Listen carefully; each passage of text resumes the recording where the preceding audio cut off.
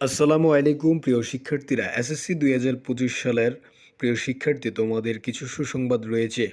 শিক্ষা মন্ত্রণালয় থেকে সেই সুসংবাদগুলো জানিয়ে দিয়েছে এবং তোমরা ইতিমধ্যে রুটিন পেয়ে গেছো।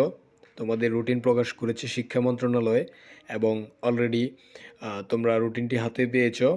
সো আজকের ভিডিওতে সেই সুসংবাদটি তোমাদেরকে জানিয়ে দেব, তাই ভিডিওটি স্ক্রিপ্ট না করে সম্পূর্ণ ভিডিও দেখার অনুরোধ রইল।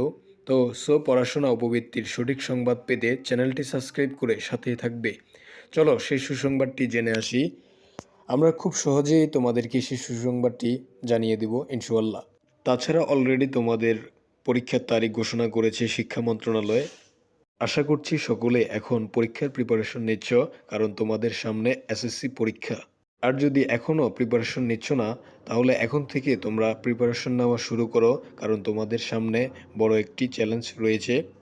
প্রিয় পরীক্ষার্থীগণ নিজ নিজ উত্তরপত্রে ওএমআর পূরণের তার রোল নাম্বার, রেজিস্ট্রেশন নাম্বার, বিষয় কোড যথাযথভাবে লিখে বৃত্ত ভরাট করবে। কোনো অবস্থাতে তা বাজ করা যাবে না এবং ভুল উত্তর ভরাট করা যাবে না।